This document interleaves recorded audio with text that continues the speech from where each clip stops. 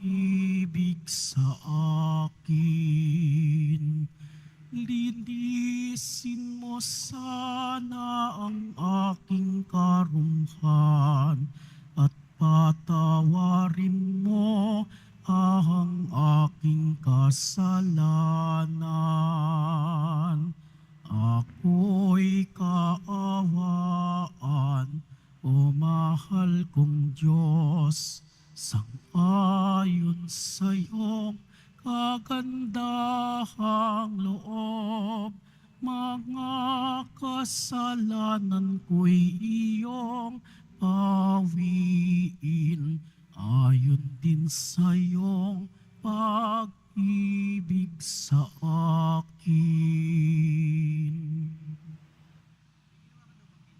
Sa ngalan ng Ama at ng Anak at ng Espiritu Santo, Amen. sumainyo ang Panginoon. At sumaiyo rin. Mga kapatid, aminin po natin ang ating mga kasalanan upang marapat tayong gumanap sa banal na pagdiriwang.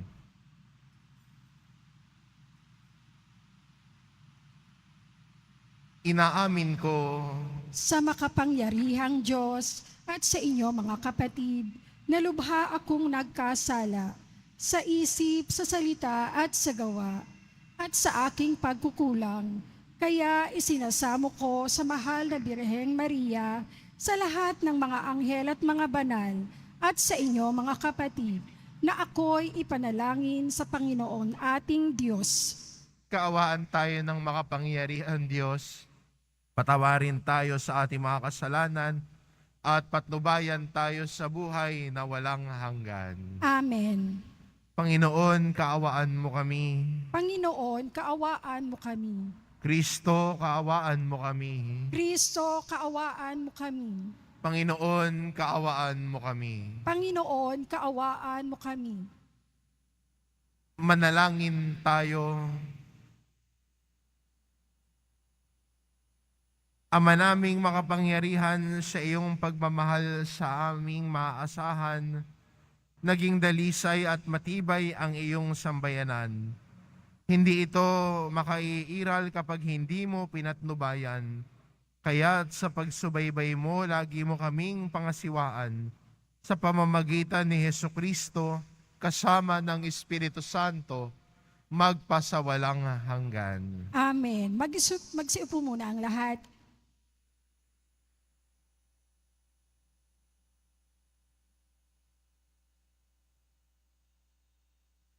Pagbasa mula sa ikalawang aklat ng mga hari.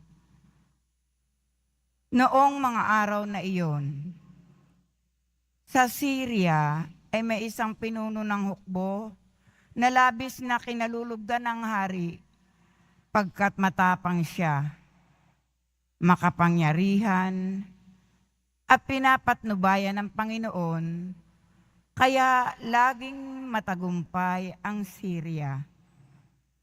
Ngunit siya'y kitongin. Siya ay sinaaman. Minsan, ang mga taga-Syria ay nakabihag ng isang babaeng Israelita. Ginawa nila itong katulong ng asawa ni Naaman. Sinabi nito sa kanyang Panginoon, "Kung ang asawa ninyo ay lalapit sa propeta ng Samaria, tiyak nagagaling siya." Ang sinabi ng Israelita ay sinabi ng babae kay Naaman. Nagpunta naman ito sa hari at ibinalita ang sinabi ng utusan ng kanyang asawa. Sinabi naman ng hari, "Pumunta ka at padadalhan kita ng sulat sa hari ng Israel." At lumakad nga si Naaman. May dala siyang 30,000 putol na pilak, 6,000 pirasong ginto, at 10 magagandang kasuotan. Dala rin niya ang sulat para sa hari ng Israel. Anang sulat, "Mahal na Haring Horam, ang may dala nito'y si Naaman na aking lingkod. Ipinakikiusap kong pagalingin mo ang kanyang ketong. Nang mabasa ito ng hari ng Israel, ginahak niya ang kanyang kasuotan at sinabi, "Ako ba'y Diyos na maaaring pumatay at bumuhay? Bakit sa akin niya pinapupunta ang taong ito para pagalingin sa kanyang sakit? Baka naman humahanap lang siya ng dahilan para magdigmaan kami." Nang mabalitaan ni Eliseo ang ginawa ng hari, ipinasabi niya, "Bakit ninyo gagahakin ang inyong kasuotan? Sa akin ninyo siya papuntahin para malaman nilang may isang propeta rito sa Israel." Ipinasabi nga ni Haring Horam kay Naaman na ang hanapin nito'y si Eliseo. Kaya sumakay ito sa kanyang karwahe at nagpunta kay Eliseo kasama ang marami niyang kawal na kabayuhan. Ipinasabi sa kanya ni Eliseo, "Pumunta ka sa ilog Jordan. Lumubog ka ng 7 beses at mananauli sa dati ang iyong katawan. Gagaling ang iyong ketong." Nang marinig ang sinabi ni Eliseo, nagalit si Naaman at padabog na umalis. Sinabi niya, "Akala ko pa na may sasalubungin niya ako. Tatayo siya ng tuwid, tatawagan ang Diyos niyang Panginoon sa ilog Jordan, at itatapat sa akin ang kanyang mga kamay upang ako'y gumaling. Bakit doon pa niya ako pasisisirin? Bakit hindi sa alinman sa mga ilog sa Damasco, tulad ng Abana at ng Parfar? Hindi ba't mas malinis iyon kaysa alinman tubig sa Israel? Siguro na may mas madali akong gagaling kung doon ako maliligo." At galit siyang umalis. Lumapit sa kanya ang kanyang katulong at sinabi, "Panginoon, hindi ba't gagawin niyo kahit mahirap pa riyan ang ipagawa sa inyo ng propeta? Gaano pa iyang pinaguhugas lang kayo para luminis?" Kaya nang mapag-isip-isip ito ni Naaman, lumusong siya sa ilog Jordan at lumubog ng 7 ulit. At tulad ng sinabi ni Eliseo, natili sa dati ang kanyang katawan at kuminis ang kanyang balat tulad ng balat ng sanggol. Si Naaman at ang kanyang mga kasama ay nagbalik kay Eliseo. Sinabi niya, "Ngayon napatunayan kong walang ibang Diyos sa ibabaw ng lupa, kundi ang Diyos ng Israel." Ang salita ng Diyos. Salamat sa Diyos.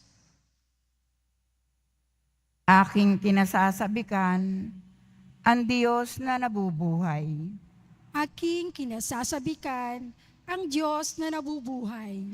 Kung paanong iyong batis ang hanap ng isang usa, gayon hinahanap ng Diyos ang uhaw kong kaluluwa. Aking kinasasabikan, ang Diyos na nabubuhay. Nananabik ako sa Diyos, Diyos na buhay walang iba. Kailan kaya maaaring sa harap mo ay sumamba? Aking kinasasabikan, ang Diyos na nabubuhay. Ang totoo at ang liwanag, buhat sa iyo ay pakamtan, upang sa Siyon ay mabalik sa bundok mong dakong banal, sa bundok mong pinagpala at sa templo mong tirahan. Aking kinasasabikan, ang Diyos na nabubuhay. sa dambana mo. O Diyos, ako naman ay dudulog. Yamang galak at ligaya ang sa aking iyong dulot. Sa saliw ng aking alpay, magpupuri akong lubos.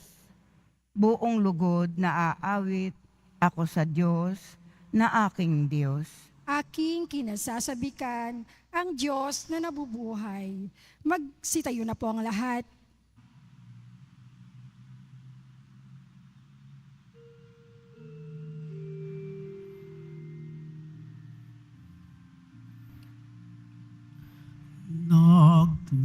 Nagpupuri kami sa'yo, Panginoong Hesu Kristo. Nagpupuri kami sa'yo, Panginoong Hesu Kristo. Umaasa ako sa Diyos, nagtitiwala ng lubos sa salitang nagdudulot ng pag-ibig na mataos upang kamtin ang pagtubos. Nagpupuri kami sa'yo, Panginoong Hesu Kristo. Sumainyo ang Panginoon. At sumaiyo rin. Ang mabuting balita ng Panginoon ayon kay San Lucas. Papuri sa iyo, Panginoon. Nang dumating si Jesus sa Nazaret, sinabi niya sa mga nasa sinagoga, "Tandaan ninyo, walang propetang kinikilala sa kanyang sariling bayan. Ngunit sinasabi ko sa inyo, maraming babaeng balo sa Israel nung kapanahunan ni Elias, nang hindi umulan sa loob ng 3 taon kalahati at nagkaroon ng matinding taggutom sa buong lupain. Subalit, hindi sa kanino man sa kanila pinapunta si Elias, kundi sa isang babaeng balo sa Serapta, sa lupain ng Sidon. Sa dinami-dami ng mga ketongin sa Israel, noong kapanahonan ni Eliseo, walang pinagaling isa man sa kanila, si Naaman, taga Syria, ang pinagaling.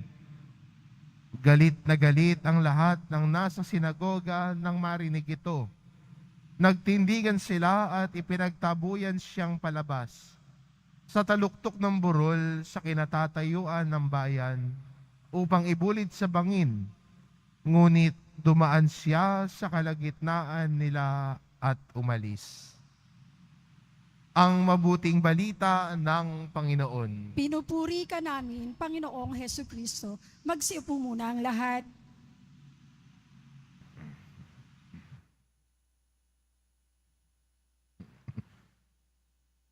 Magandang balikan sa ebanghelyo natin. Bakit binigyang pansin at pinaalala ni Jesus habang siya ay nasa Nazaret tungkol sa babaeng balo na taga Sidon at kay Naaman na taga Syria? Sila'y mga dayuhan, sila'y hindi mga Israelita. At bakit sinasabi ito ni Jesus habang siya ay nasa sinagoga sa Nazaret, yung kanyang bayang pinagmulan? Dahil ayaw nilang maniwala kay Jesus. Kung babalikan po natin ang kwento ng Ebanghelyo, sa Nazaret din nila sinabi, hindi ba siya yung anak ni Jose at ni Maria? Hindi ba kilala natin saan ang galing ang lahat ng ito? Hindi sila naniwala sa mga aral at turo ni Jesus. Kaya sinabi ni Jesus, sa dami-dami ng mga balo nung panahon ni Elias, sa babae pang taga Sarepta siya pinapunta. Sa dinami-dami ng mga ketongin nung panahon ni Eliseo, kay Naaman siya na taga Syria pinapunta. Isang dayuhan. Hindi nila kinikilala ang mga dayuhan. Ang gusto nila, yung biyaya ng Diyos, kanila lang. Dahil ang tingin nila sa sarili nila, kami yung bayang pinili ng Diyos. Kami dapat ang makinabang sa biyaya ng Diyos. Pero, sa sinabi ni Jesus na ito, sinasabi niyang binubuksan ng Diyos sa lahat. Bakit? Dahil unang-una, ayaw nilang makinig at maniwala kay Jesus. Imbis na maniwala sila, manalig sila sa pagpapahayag ni Jesus ng mabuting balita, tinignan nila ang pagpapahayag ni Jesus na may pagdududa at pagdadalawang isip. Ang pinagdudahan nila si Jesus mismo. Kaya sabi ni Jesus, kung ayaw nyo makinig, sa iba ko na lang ipapahayag ito. Kaya, kung bubuksan po natin at babasahin ang buo ang Ebanghelyo, maraming pagkakataon na sinasabi ni Jesus, sa aba ninyo, buti pa ang ganitong bayan, tinanggap nila ang mabuting balita. Maganda rin para sa atin bilang Kristiyano sa pagdinilay natin ito, na tayo din ba, tinatanggap ba natin ang mabuting balita ni Jesus? Pero hindi ko sinasabing, Father, nagsisimba kami, tanggap namin yung mabuting balita. Father, araw-araw kami nagsisimba, tuwing Biyernes kami nagsisimba. Father, wala akong mintis pag linggo. Hindi lang po yun eh. Kung talagang tinatanggap natin ang mabuting balita ni Jesus, hindi sana sa panlabas lamang na gawain ang nagbabago sa atin. Kung talaga tinatanggap natin ang mabuting balita ni Jesus, nakikita ito sa ating buhay. Nakikita ito sa pagbabago ng ating buhay. Nakikita ito sa ating pagbabago ng ating pag-uugali. Kasi kung tinatanggap natin ang mabuting balita, ang buhay natin ay hindi na nanatiling tulad ng ngayon. Tayo ay lumalago, nagbabalik loob, at nagbabagong buhay. Yun po yung taong tumatanggap sa mabuting balita. At itong panahon ng Kwaresma para sa atin ay paanyaya sa atin bilang Kristiyano na magbalik loob sa Diyos, tanggapin ang kanyang mabuting balita at baguhin ang ating buhay nang tayo ay buong pusong makasunod kay Jesus. Pagbabago ng puso, pagbabago ng buhay dahil mabuting balita ang tinatanggap. Amen. Magsitayo na po ang lahat.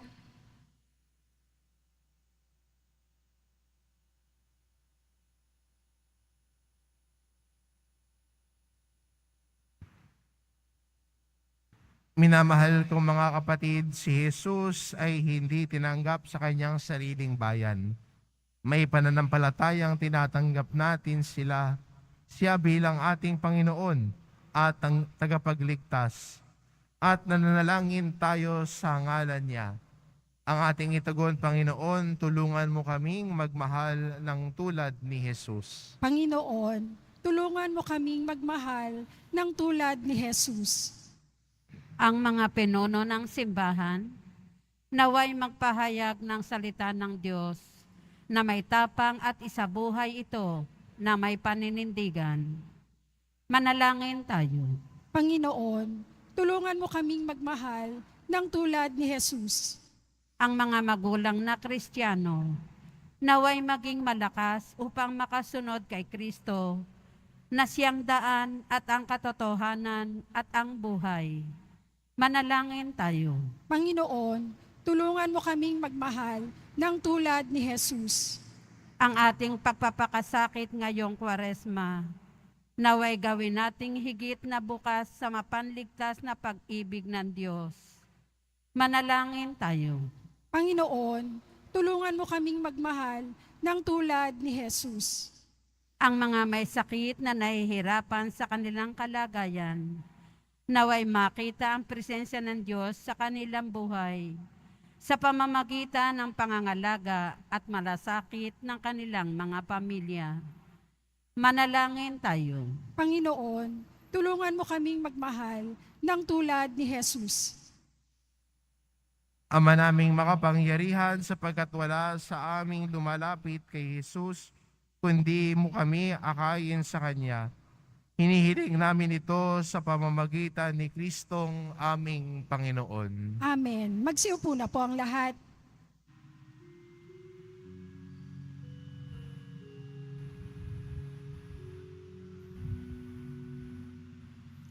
Sa pagsunod sa utos mo, nalulugod akong labis, di masukat ang kalako, agad aking iniibig. Sa'yo, Ama, aming handog ang tinapay at alak na ito, handog ng iyong bayang sumasamo, humihingi ng patawad mo.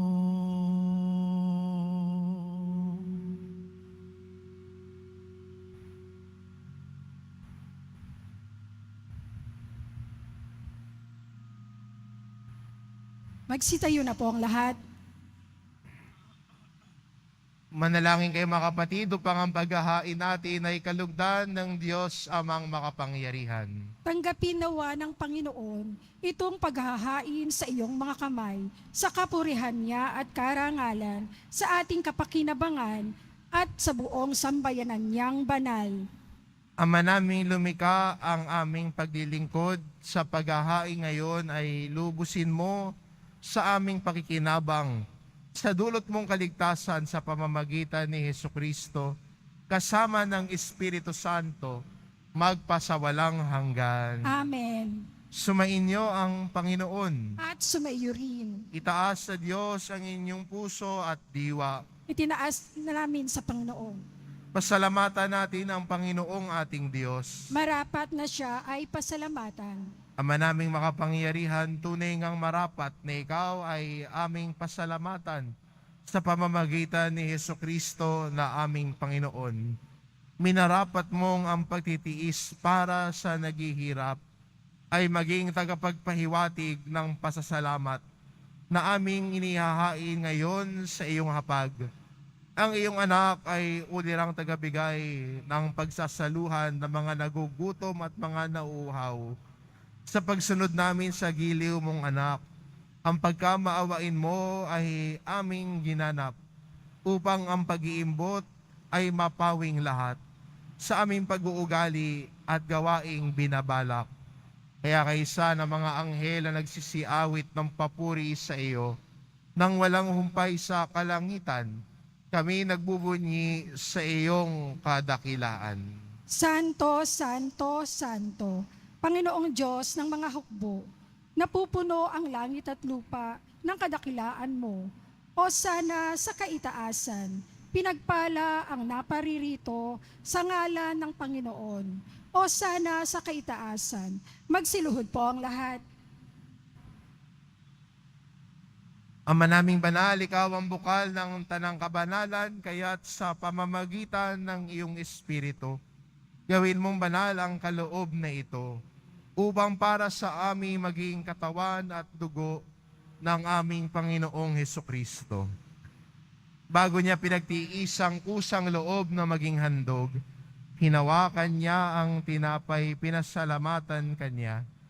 Pinagati-hati niya iyon, iniabot sa kanyang mga alagad at sinabi, "Tanggapin ninyong lahat ito at kanin, ito ang aking katawan na ihahandog para sa inyo."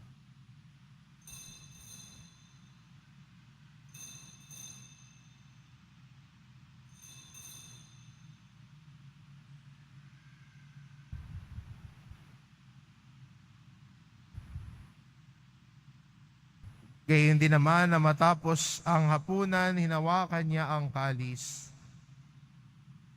Muli kanyang pinasalamatan, iniabot niya ang kalis sa kanyang mga alagad at sinabi, "Tanggapin ninyong lahat ito at inumin. Ito ang kalis ng aking dugo, ng bago at walang hanggang tipan. Ang aking dugo na ibubuhos para sa inyo at para sa lahat, sa ikapagpapatawad ng mga kasalanan. Gawin ninyo ito sa pag-alala sa akin."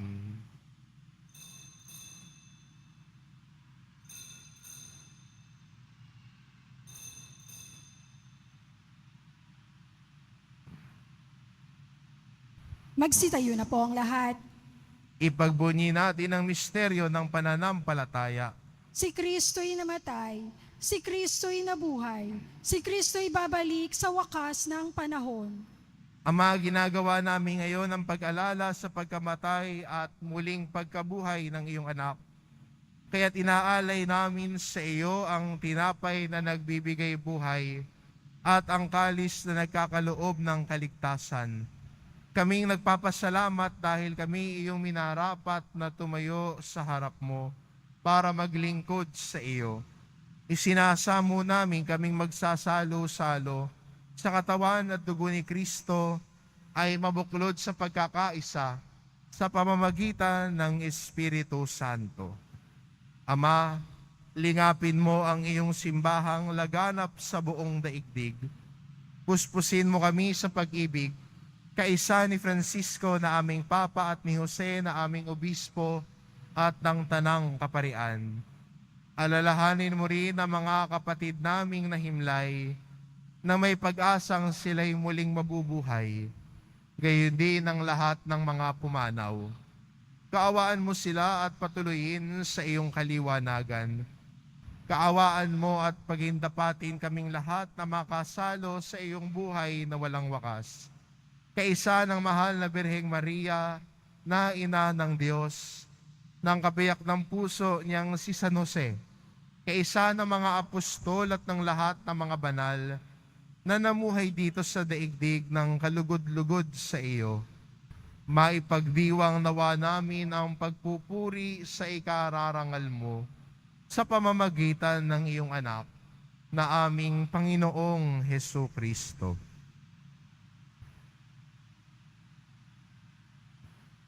Sa pamamagitan ni Kristo kasama niya at sa Kanya, ang lahat ng parangal at papuri ay sa iyo, Diyos amang makapangyarihan, kasama ng Espiritu Santo, magpasawalang hanggan. Amen.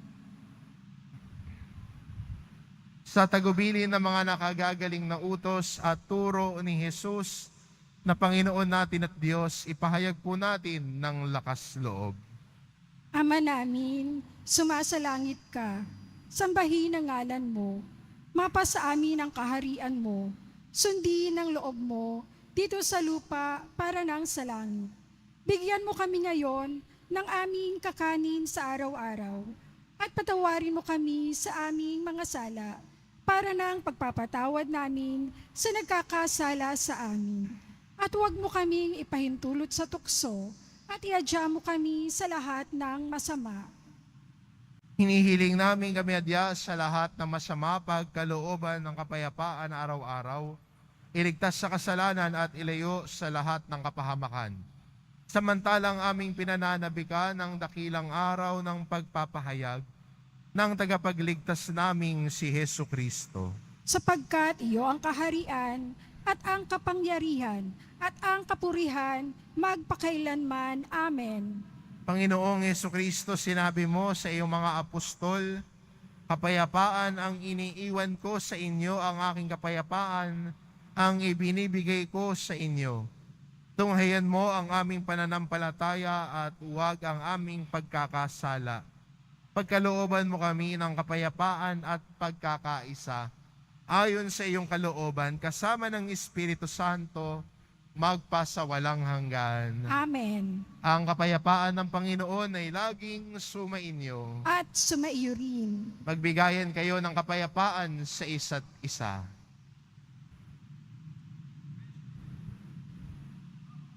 Kordero ng Diyos na nag-aalis ng mga kasalanan ng sanlibutan, maawa ka sa amin.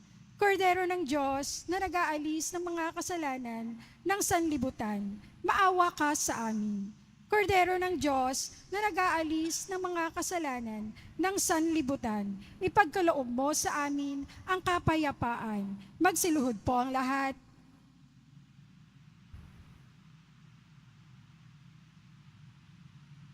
Ito ang kordero ng Diyos, ito nag-aalis ng kasalanan ng sanlibutan. Mapalad ang mga inaanyayahan sa kanyang piging. Panginoon, hindi ako karapat-dapat na magpatuloy sa iyo, ngunit sa isang salita mo lamang ay gagaling na ako.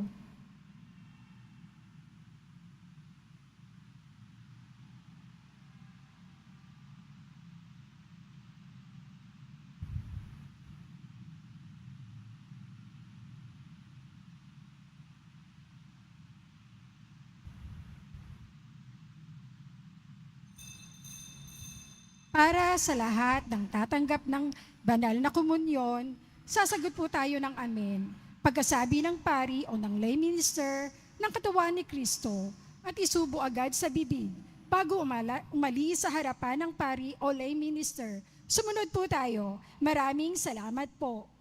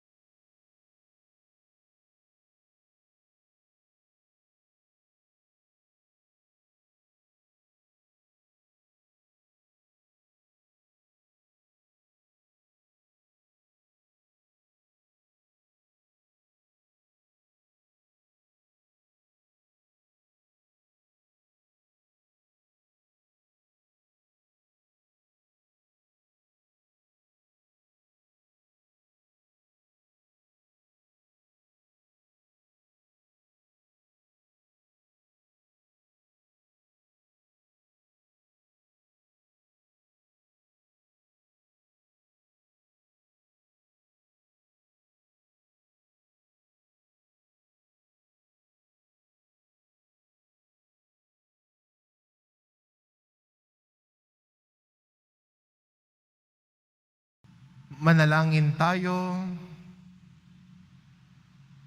Ama naming mapagmahal, ang pagsasalo namin sa banal na pakikinabang ay magdulot nawa ng kadalisayan at magkaloob ng kapayapaan sa pamamagitan ni Hesukristo kasama ng Espiritu Santo magpasawalang hanggan. Amen.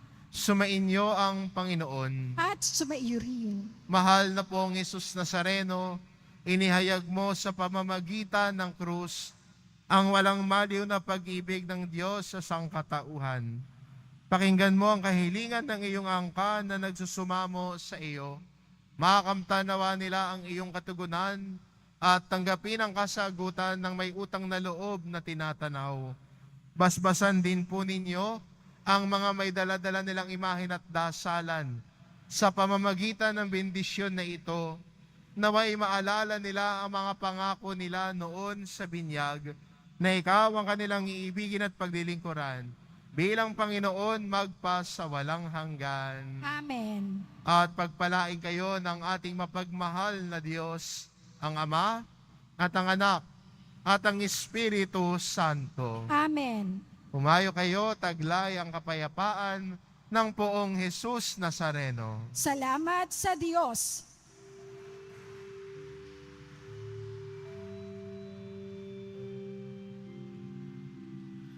Nuestro Padre Jesus Nazareno, sinasamba ka namin,